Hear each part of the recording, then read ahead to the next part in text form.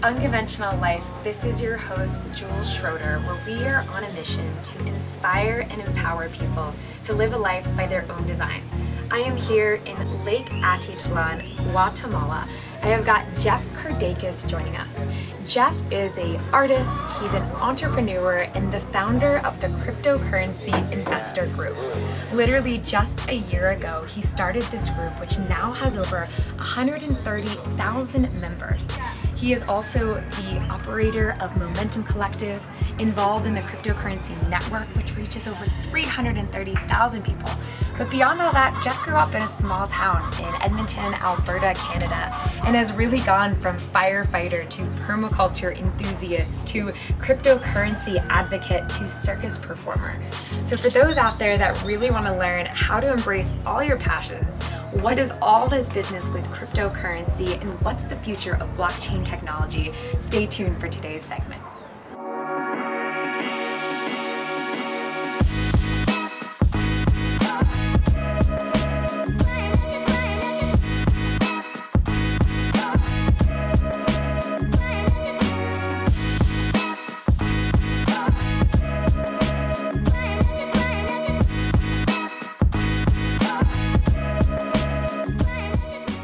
So, Jeff, welcome to Unconventional Life. Give us a glimpse into your personal life and fill in any gaps that I might have left out. Definitely, yeah. Thanks for having me, Jules. I think you covered a good portion of it. My life's like a really nice balance between, like the online business side, entrepreneur, and also, embodied movement. I think the common thread between the two of them is like community and creating community and finding people who you resonate with and who you enjoy doing the same things with. So whether that's in cryptocurrency and finding people who are passionate about, equality, transparency, and security and all these kinds of things, or whether it's that Momentom Collective where it's people who are passionate about like spirituality, embodiment, and entrepreneurialism. So yeah, this is my life, like just surrounding myself with people who essentially are aligned with what state I'm in. Yeah. So one of the things I love about you is not only does Jeff, really geek out in the realm of financing and charts and investing and running like this large cryptocurrency network, you'll also find him, trading on a steer wheel and other various things. And the two worlds inherently don't go together, which is such a theme around the unconventional life. And how is it for you to balance both sides of your expression, this fierce, loving, financial, analytical side, but also this embodied movement, artistic side? I think they go really well together. There's like a thread of sustainability that comes in between when you have, like, say, movement, which isn't necessarily as financially abundant as usual, and you can just have two different passion projects. There's one quote, it's like, like millionaires on average have 7 streams of income, and it not necessarily like millionaire that is all about money, but what I really take from that is someone who has a well-rounded life has a diversified portfolio of experiences. Yeah. So the way that I balance things is just like really allocating time. Like, okay, like max, I want to be spending 2 hours on business. It's a part of me, it's kind of like root chakra, like survival kind of thing. And the rest is like my expression, like why am I here? Why am I living? So just finding this balance and putting priorities for sure. One thing that I love about us millennials is we have so many sides and shades to our expression. We are not just sitting with one passion, we have so many pieces of ourselves to incorporate. Someone like Jeff, he loves to rock out on the seer wheel, play in acrobatics, but he also loves to read financial analyst charts, and he loves to invest in crypto, and he loves things of that nature. And so I find that we're in an era where you don't just have to choose one part of yourself, but you have the capacity and the ability to welcome all parts of yourself. So what's a part of yourself right now that you've compartmentalized? A part of yourself that you've been unwilling to bring in for fear of there's no space here, or I can't make money off of that, or that's not something I want anyone else to see. And like Jeff, when you welcome in all the pieces of yourself, you find freedom. And when there is freedom, there is the ability for abundance and even greater creation. So ask yourself, what will you and what can you welcome? What piece of yourself will you let someone else see right now that will ultimately give you more availability for expression, more choice, and ultimately more fulfillment? Sure. Yeah, I love that. So let's talk about community, because I know literally almost exactly a year ago you founded the largest cryptocurrency network, and we were talking just at breakfast a little bit ago, and you said it was all based on SEO. Mm-hmm. And so share a little bit about, the nuts and bolts on how you were able to build the community so fast, and then we'll get into community building as a whole. For sure, yeah. So with cryptocurrency investing, It is as it is. You know, everyone's searching cryptocurrency. Everyone's searching those two words together, cryptocurrency investing. And the group honestly started out just me and a few friends who I wanted to like share my passion on cryptocurrency with. We were investing in marijuana stocks together, and the two go hand in hand. Exactly. Yeah. Well, it's like it's people who can think outside the box and who aren't afraid to take a risk. Yeah. I think this goes well with like Momentum as well. But in terms of cryptocurrency investing in SEO, just even though it was our own group of friends, everyone kept stumbling upon this group because these two words were words that everybody uses. So it got to 10 people, 20 people, 100 people, and then at this one point I'm like, do I like close this off to just our like close group of friends? Like, let's let it run, let's see what happens.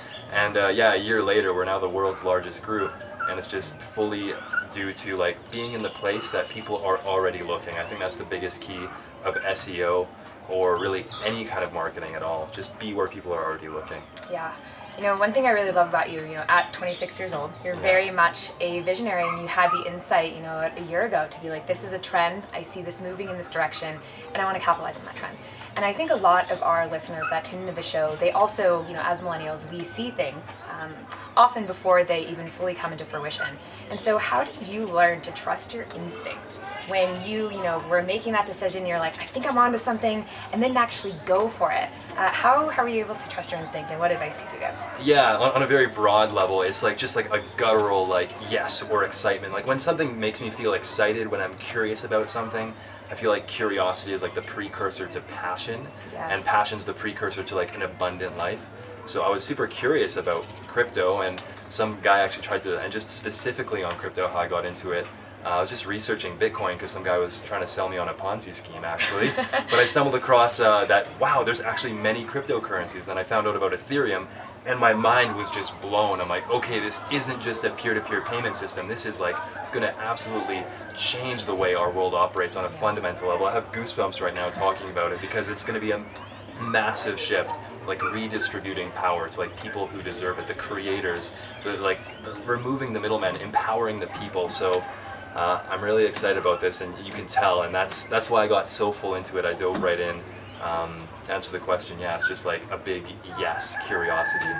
Yeah, so I also have goosebumps as you're talking about it. And so I'd love for you just to expand a little bit more about this fire that ultimately fuels you day in and day out to be in a place like Lake Atitlan, Guatemala, circus training, and still make time to get on your computer. Yeah. And still make time to really go after and execute the potential that you see in this. And so give us a little bit more about what it is that you see is possible with blockchain technology and with cryptocurrency as a whole. And for someone that maybe doesn't fully get the world of it, or maybe they've been in it a while, like what is stoking your fire? Definitely. So what's stoking my fire the most is like removing the middleman, like I said, and giving power back to the people. So when you look at a lot of platforms like Facebook, YouTube, Netflix, they're all middlemen who take cuts or fees. They own your information. Your security is really in their hands. We saw it with the Facebook hack, we saw it with the Equifax hack. It's outside of our control. So what blockchain is allowing us to do is not only retain our security and privacy, but it's also allowing us to fully monetize what we're doing in the world. So let's take, for example, a decentralized YouTube. Right now, YouTube pays dismal amounts of money. If you're a creator on YouTube, like you definitely know that. Absolutely. So what DTube would do would pay you 100% of your profits, and the content is yours. When you upload something on YouTube, it's theirs. They can do what they want with it. They can delete it. On DTube, it would be yours. And so this goes for YouTube, this goes for Spotify, paying the artist directly. This goes for Airbnb, paying the host directly. This goes for Uber, paying the drivers directly. This goes for banks, taking out banks and doing peer-to-peer transactions. Now we don't have to wait 5 business days and pay $40 for a wire transfer. So it's just literally changing every single aspect of our world. If there's a company or a corporation behind it, you can be sure that blockchain, or at least decentralized ledger, distributed ledger technology is going to really change that. Yeah, I love that. Why do you think millennials are at the forefront? Right. Leading the charge here? And particularly when you talk about crypto and blockchain, most people are under 25 or under 30, that are really involved in this movement. And so why do you think it's resonating so much? I think it's a really generational thing, because right now what we saw in the last generation was like a focus on career, stability, raise the family, 2 kids, and before that it was even more stability, 12 kids, the farm. And now I feel our generation is really geared towards exploration. Like we're moving away from this classic way of living, the career, the 9 to 5, and like what is possible in life. And we're thinking outside the box now, or like, not even outside the box, we're thinking with our heart, we're feeling with our heart. And so this is all kind of the precursor to alternative ways of thinking. And I think this is like the whole thing of blockchain or any new evolving technology or any new art or any new movement. It's the ability to be adaptable, to see what's coming, and to be okay with it, to embrace change. I think this is the biggest thing. Embracing change.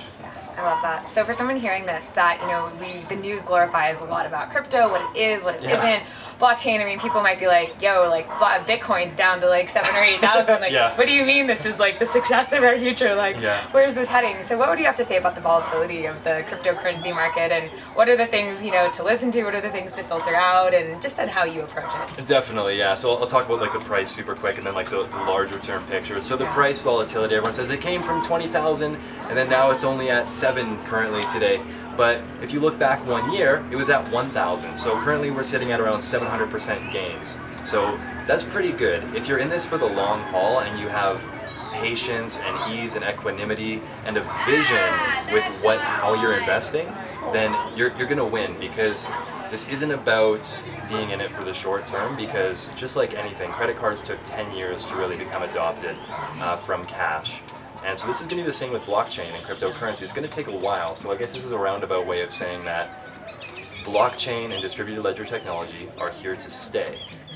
Adoption doesn't happen in 6 months. It takes a long time. Sorry, day traders. Well, I mean, it's good for day traders, but there's lots of risk in day trading. But if you want the sure thing, and this isn't investment advice, obviously, but to be in with the technology for the long term, this is when you're going to be able to really ride the wave. You know, we saw with the dot-com boom, there was a lot of hype and then a big crash, and this is what we just saw on a little micro scale with cryptocurrency. So essentially, to like have patience. If this is a technology that you believe in, then I'd really suggest learning more about it and then making your own decisions on what to invest, whether it's Ethereum or one of the decentralized applications or payment systems. But that it's not the price that we're investing in, but it's really the technology and the fact that this is going to change the way that our world operates.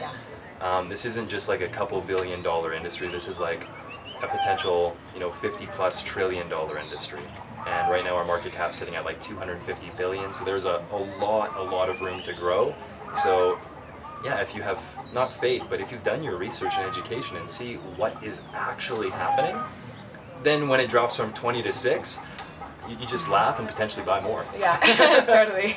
And you know, that's one of the things that I love about your Facebook group is that you kind of demystify a lot of the hype. You know, a lot of the stuff that the news makes great headlines after. But you really have a strong moderation team. And I think that's what keeps the quality control of the group, but ultimately quality control in community. Because it's so much more than just an information or a news feed inside your group. And so what have you learned, just a few fundamental principles about really generating, growing, and then ultimately maintaining a really strong community? Whether it's, you know, with the crypto group or whether it's with Momentum or other things you've created. Yeah. To grow a community, I feel like you have to include everybody. You know, like no way of thinking is correct or incorrect, and you can see this with crypto. You have like the bulls who think it's going to the stars and the bears who think it's going to crash, and you have to entertain both of these conversations and allow them to discuss. And this goes with Momentom Collective as well. Like we have such a diverse array of people. You need diversity for like a full, rich community that can really blossom. When you have like one type of person, it's stagnant, or there's not the potential that there is. So really just like full acceptance of whoever is there, but also setting clear guidelines around like respect, and then just like respecting each other. When you have that, then like the community can really flourish. Community is everything. It's one thing to be able to build huge communities like Jeff. He's, you know, 130,000, reaches over 340,000 through his crypto network, but then to keep quality control. And so often it can be easy to be consumed by how large the number, how many people, how big the impact. But one of the things that Jeff focuses on is really the value of one-to-one. Who is that one person that you want to interact with? Like he said in his group, it started with him and just a few friends. And then he almost said, hey, maybe this is getting too big. Do I even want to make it bigger? So if you want to make an impact with people in your life or people in your world, don't worry about the bigger picture. Don't worry about the numbers. Just ask yourself, who's the one person that you want to make an influence with? And go talk to them and see what they're dealing with. What do they need and how can you serve them? And by serving them, you'll ultimately serve yourself, and then 1 will turn into 10, 10 to 100, 100 to 1,000, and next thing you know, you'll be sitting at 100,000. I love that. So you grew up in Edmonton, Alberta, Canada. That's right, yeah. So small town boy, it's like the Midwest of the United States in a lot of ways. And how, if we were a fly on the wall and we were to see you growing up, and especially now where you are leading like the cryptocurrency, the blockchain conversation, I'm sure there's probably a lot of people at home that are like, I don't really get it, like what you're doing, and maybe on the other side, maybe even want to squash a little bit about what you're doing, like it might be threatening to them. And maybe there's a lot of people that really accept it. And so how was it growing up in a small town? How did it shape you, lead you on your journey to ultimately where you are now? Well, I think the size of the town is like almost irrelevant in what town you're in. It's more so like what you hold in yourself and the direction and intentionality of your life. And how much you care about what other people think too. And how much you're guided by your inner intuition. Because if I was to listen to everybody else, and I got goosebumps again, it's just like goosebumps this whole time. If I was to listen to everybody else, I'd still be an electrician right now. But I've switched jobs or careers like multiple times since then, and it's all been like a giant leap of faith. It's just been like a full out one day I'm like, no, this isn't for me. Like there's just this like strong feeling to go somewhere else. And every time I've gone there, there's been like a little bit of fear, but not even fear like I'm scared, but it's uncertainty, and I'd reframe the fear as excitement. So good. Yeah, it's been exciting to change every time and to follow my passions and my curiosities, and the more I do this, the more I realize when I follow my passions, my curiosities, that the world is there to like absolutely support me when I'm there to add value. Just like Jeff, I grew up in a small town in Connecticut, and I was so consumed by what other people had to say. What was happening on Facebook? What's happening on Instagram? What's your neighbor up to? We get so consumed by people, information coming at us all the time, telling us what to dress, how to think, what to create, and when to do it. And that permission lives inside of you to literally detach from all the constraints that society, our friends, people put on us, and to give yourself the permission to really choose what you want for you, to really go after what's important to you. The only person that has your vision is you. So if you're waiting for permission for other people to get on board, chances are it's not always going to happen right away. So if there's something that's stoking your belly right now, get after it. So whether it's like creating a community in crypto or like coming in with Momentum and be like, hey guys, I'd like to be, and just literally I just said, I would like to make one of these in Bali. After only knowing them for a month, and they're like, sure. So, so it's amazing how when you follow your passion and you're truly excited about what you're doing, then the magic really happens. Yeah. For me, I hear a lot of that. I always like to say it's kind of like the two-sided coin. It's like the breakdown and a breakthrough are literally sitting on each side, or it's like excitement and fear also sitting on each side. And a lot of it for me has come with really being able to share myself and ultimately own what I really want in community. Yeah. And sometimes, and other times in my life previously, I'd get really excited by something, but the fear would be so paralyzing. It was like, I have to keep that to myself. There's like no way I could share what's really in here out there. And I'm wondering, as you've built up this muscle in your own journey to kind of come into a place like Momentum and say, guys, I'm doing this in Bali and I've known you a month. It takes a lot of confidence and ultimately a lot of exercise of that muscle. And so how do you work it out? What are some of your own practices? And for those that want to strengthen and build their own muscle, what advice could you give to them? Yeah, I think you nailed it with the word confidence. And but the confidence comes from playing the game, what's the worst that can happen? And will I die?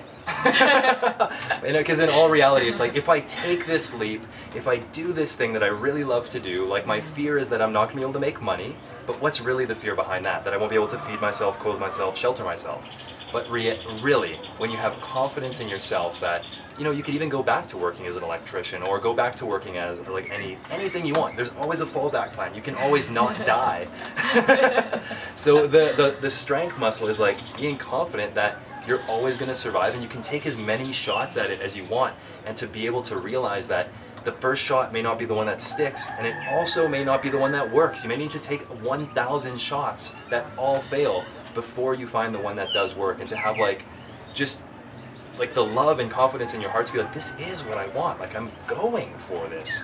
I used to be a firefighter and I quit firefighting to just start a permaculture community in Costa Rica. This is like another part of my life. That was like 3 years ago. And my family's like, how are you going to make money? What are your plans? I'm like, A, I've never been to Costa Rica. B, I actually don't know much about permaculture farming, but this feels good. I'm going for it. Yeah. And everything does work itself out because, like, we're human. We have this innate will to live, and that's the muscle. Just to like take the leap. I think that's the biggest thing, is to like take the leap, take the step, whether it's a big one or a small one.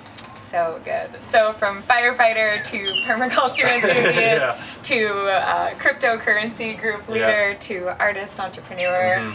So I love that. Last question for you before we wrap up here really comes around what you believe being an artist and entrepreneur means to you, and ultimately the intersection of those two things, and how in your own journey you've learned to relate to those two pieces. And I think anyone that's an entrepreneur in a lot of ways, in my opinion, is an artist. You know, they have this inherent creativity that's stoking their fire.